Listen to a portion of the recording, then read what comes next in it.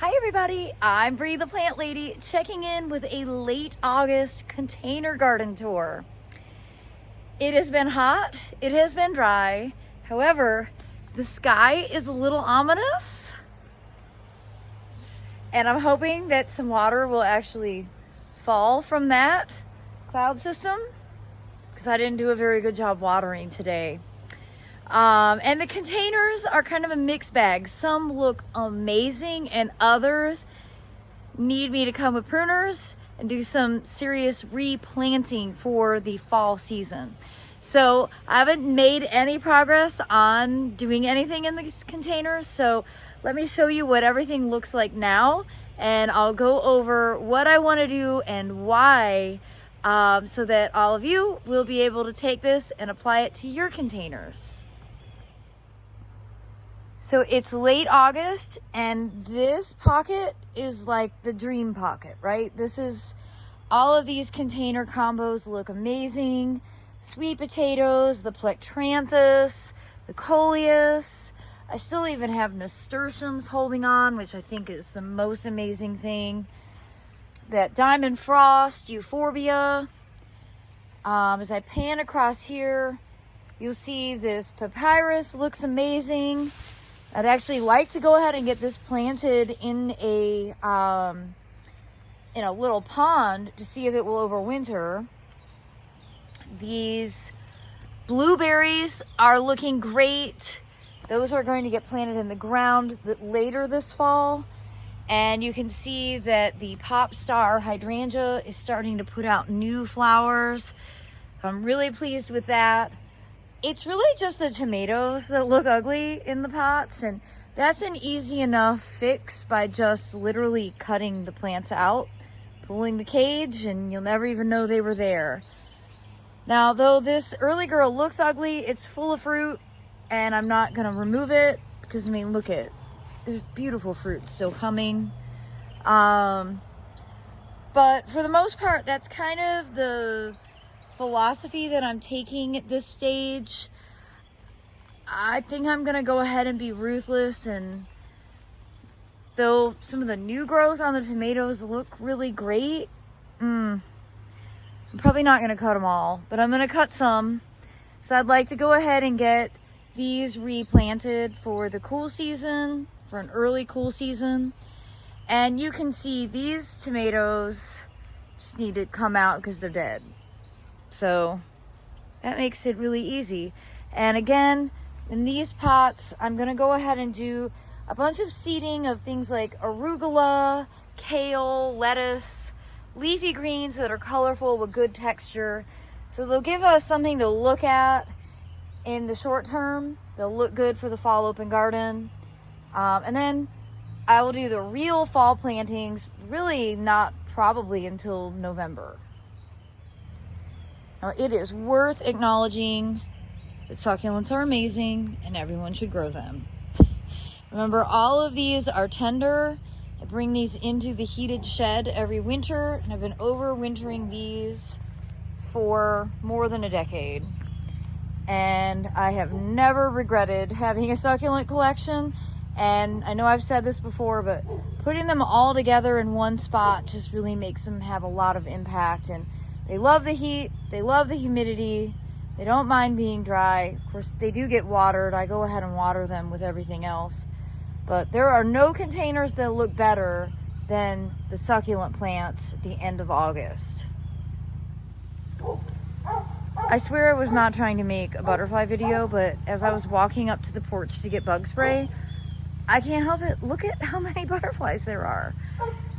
It's just the most extraordinary sight, you guys, and I just want to share it over and over again. So if you're having a bad day, this in theory at least should help lower your blood pressure and make you see the world is a beautiful place. My goodness.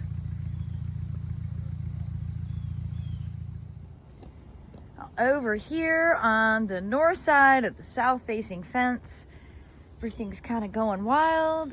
Sweet potatoes are doing what they do, sprawling all over the place. This pot of succulents looks amazing. I really love the mangaves. There's just No two ways around it. Mangave are awesome. I have been harvesting so many tomatoes, especially cream sausage. From a use perspective, this is my best year ever. I'm not getting so many that I'm overwhelmed, but I'm getting enough to be able to make sauce and freeze it, and have plenty of tomatoes to get to enjoy and eat. I'm seeing an orange icicle here. You can see this is what orange icicle looks like. It's an orange Roma. This is one of my favorites from making salsa, just because it's really colorful and pretty. And those, you can see how much taller the orange icicles are compared to the cream sausage, which are more manageable size. I think the reason I like cream sausage, I like the flavor, but I also just like that they aren't exponentially large. And that's a totally valuable thing to recognize when you're growing tomatoes. Over here at the Carolina Garden House, the deer have been going crazy eating these sweet potatoes.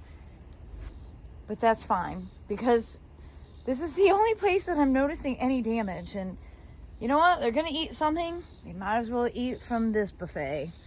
And at this stage, I don't think it matters. Ooh, but I do see fire ant mound in this pot. Ugh, and that's always bad. I'm gonna have to deal with that. Fire ants are terrible.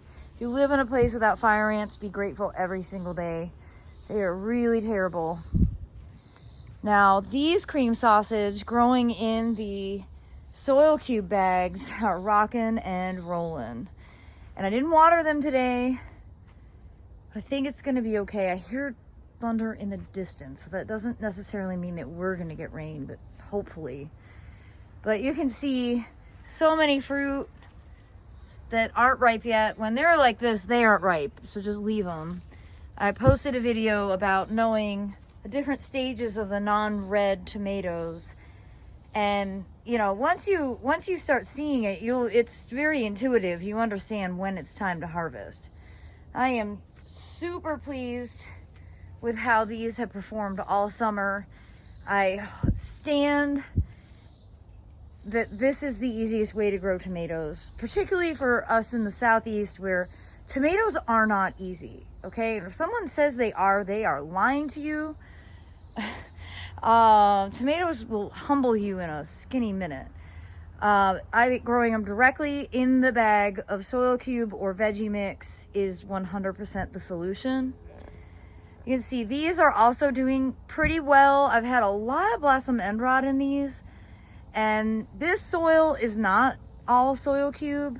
There's soil cube mixed in, but this is some older potting soil that has some peat moss in it, and it's been really hard to keep watered properly. So this is why I don't recommend using traditional potting soil to grow vegetables. I just think compost, whether you grow them in the ground or in pots, is the solution. But I'm pleased to see that most of these are good. You can see some of the little ones have blossom end rot again. When they've got that, you might as well just throw them off. There's no point wasting the plant's energy. But a good amount of harvest here still to come. And these cream sausage will continue to flower and set fruit until we have a hard frost in November. I probably should put a tag that says, "This is rice," because all the Airbnb guests have been asking, like, what are those grassy plants by the turquoise chair? And this rice is starting also to set seed. At this stage, it's you know, I just think it's so beautiful and elegant. This is the stage where you can start to just let the pots dry out. It's an annual, so it's not gonna start regrowing. So its life cycle is coming to an end. As that seed ripens, that's when the plant dies. So it's not a perpetual, lifelong attachment. It's literally just for a summer. I think it's one of the most attractive plants that you can grow in a pot with no drainage holes. And I don't quite understand why the one here is so much taller than the one there. They've had exactly the same care Obviously, it has to do with daylight. And I don't know whether this one gets more or less, but I mean, they're just a few feet apart. Now, looking over here, these pots look amazing. And I've had a lot of my Airbnb guests are like, oh my God, they like come out here and drink coffee. It's everything I was dreaming of when I was thinking about having an Airbnb. And last week the people came and they harvested basil and they cooked with it and ate it, and it was just extra special. And I'm so grateful for those moments with the people who come and stay here. And of course, I did hard cutbacks on these about a week and a half ago, and it's really showing. I'm glad I did. It's making everything be vegetative. You can see how healthy the amazel basil is. And I just turned this pot, and it's made it so that this pepper has really greened up. And then I pulled out that ugly dahlia that wasn't doing anything, and I just put in some pieces of coleus that were rooted, and they have gotten pretty well established. So I'll be able to turn this pot and give those some more light. As you can see, the pop star hydrangeas are blooming again. This one's actually in full bloom. And then over here, I've got a lot of tomatoes to harvest. A lot of tomatoes to harvest. This one is really great. I keep filling my pockets with vegetables. I've got to get like down and find the labels for everything. This is a trial. I think these might all three be trial tomatoes. And I've been impressed with all three of them. And it may be as simple as just this exposure. This is eastern exposure. It gets full sun till about 2 o'clock in the afternoon. And then the hot part of the day, they're in shade. And that is exactly the condition that tomatoes want here in North Carolina. So if you can locate your tomatoes on the east side of your house, I bet you're going to have really good success growing them. Obviously, you can see these have grown all the way up to the gutters. I have a million strings holding them up, and you can see there's lots and lots to harvest. Yeah, basically everything we eat right now involves tomatoes in some capacity. Well, as we walk along the front here, you can see this pot is really boring and I need to do something about it. Every day that I water it, I'm like, oh, you really should take this apart and make it better. Of course, my favorite strawberry is here, and oh my gosh, I missed this one. This is Snowy Belle strawberry, and I do think it's time to get it pulled out of the container and just put it in the ground somewhere, or just maybe put it in a fresh pot. But these shade pots full of trial plants, including the impatiens and all of the begonias, are awesome. Now look, I'm not a hot pink impatiens person. I wish they would have sent me white, but they're great. There has never been a day the whole summer that they haven't been blooming. And though many of the begonias have kind of fizzled out, especially the Rex begonias, it got really hot and the Rex just like shrunk to nothing.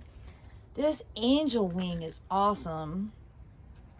And the one I liked so much early on in the season is definitely, it's not dead, but it's not loving life as much. And that was the Eladier Move to Joy salmon.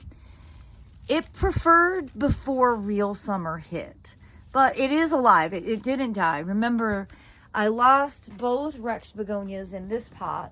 Now you can't tell because this impatient completely took over. And I do have that Eladier Move to Joy salmon planted here. And, you know, this is shifted to the back of the pot just because I literally turned the pot around. And it looks really good. And it's not getting any direct sun. So, shade, which I don't have a lot of near the house, near a water source. Now, as we come up here, First, I just want to point out how great the coleus side of the wall looks. Other than the top section, which is a little more naked than I prefer, but certainly this view is what all my coleus dreams are made of. And these pots have recovered really well. No more spider mite issues. The insecticidal soap took care of that. You can see these black mudras, which were the last rice pots to be sown, have not started to go to seed yet. Remember, rice is, it sets seed based off of the timing of your growing it. So it's usually something like 75 or 80 days from the day you sow it is when it's going to initiate seed. Of course, that's going to be different for every cultivar. But you can see this Rex rice here. This one was done the last Saturday of April, and the seed is basically already ripe. It's almost completely dry. Not as nice, not as big as the ones that I showed you next door at the Airbnb. That's because they were done later. This one was done as a seed trial in early April.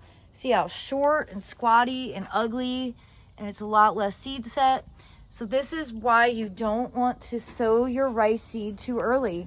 I really recommend waiting until late May, early June to sow your pots of rice. Rice doesn't need a head start, okay? It likes heat and humidity and consistent warm. And if you sow it too early, there's too much of an opportunity for it to get cold, and then that stunts its growth. And this is the exact example that I wanted to show. You know, these are about, I think, 3 weeks apart from seeding dates. Look at the difference in the vigor, and that's all because this was sown too early in the season. Now over here, unfortunately, the Savola in the right pot burnt up, and I cut it out. This Savola is still doing well, and that tomato is still alive, and of course this one also had the tomato and it died. So now that pot is just that bright chartreuse coleus, which is fine. I added some pieces of that bright chartreuse coleus to this pot to help fill in the gaps and kind of hide the naked legs of the tomato. I'm hoping that it'll perk up and start growing and look a little better before the fall open garden, but time will tell. Well, everybody, as always, I hope this video will serve as inspiration. Be sure to subscribe and tune in for our videos that I will be posting in the next couple of days as I really start to critically comb over all of my containers, cut out the ugly plants, and get some fall things direct seeded so that everything will look fresh and beautiful for the coming shorter days and, in theory, cooler weather. Well, as always, thanks so much for watching, everybody. Happy gardening.